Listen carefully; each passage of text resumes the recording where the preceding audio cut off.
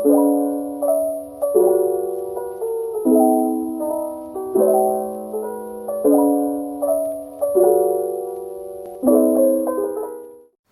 readers! Today we're going to be reading Harold in the Purple Crayon by Crockett Johnson. Let's get started. One evening, after thinking it over for some time, Harold decided to go for a walk in the moonlight. There wasn't any moon, and Harold needed a moon for a walk in the moonlight, and he needed something to walk on. He made a long straight path so he wouldn't get lost, and he set off on his walk, taking his big purple crayon with him. But he didn't seem to be getting anywhere on the long straight path, so he left the path for a shortcut across a field, and the moon went with him. The shortcut led right to where Harold thought a forest ought to be.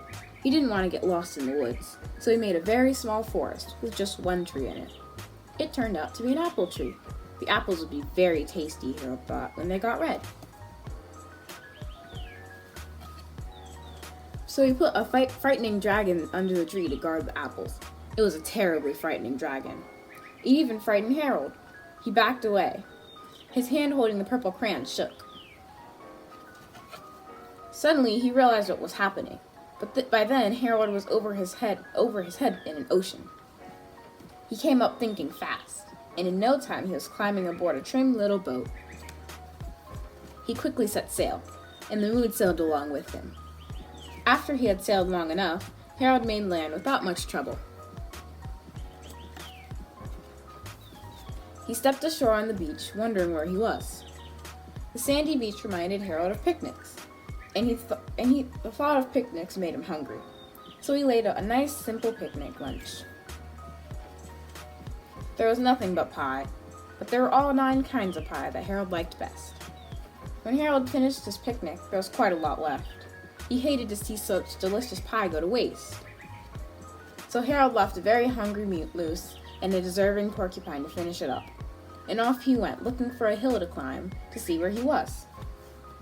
Harold knew that the higher up he went, the farther he could see. So he decided to make the hill into a mountain. If he went high enough, he thought, he could see the window of his bedroom. He was tired and he felt he ought to be getting to bed. He hoped he could see his bedroom window from the top of the mountain.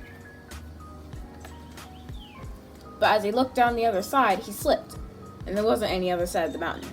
He was falling in thin air. But luckily, he kept his wits and his purple crayon.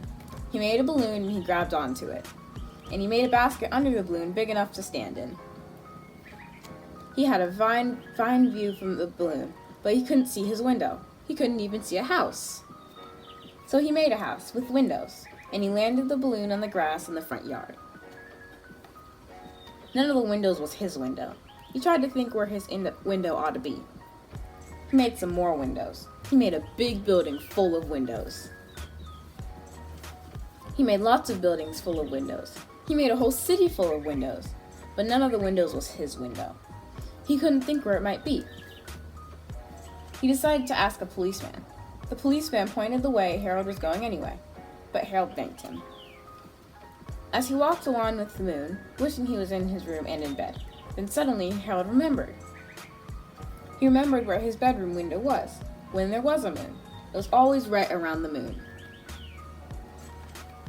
And then Harold made his bed. He got in it and drew up the covers. Purple crayon dropped on the floor, and Harold dropped off to sleep. The end. I hope you enjoyed reading. See you next time.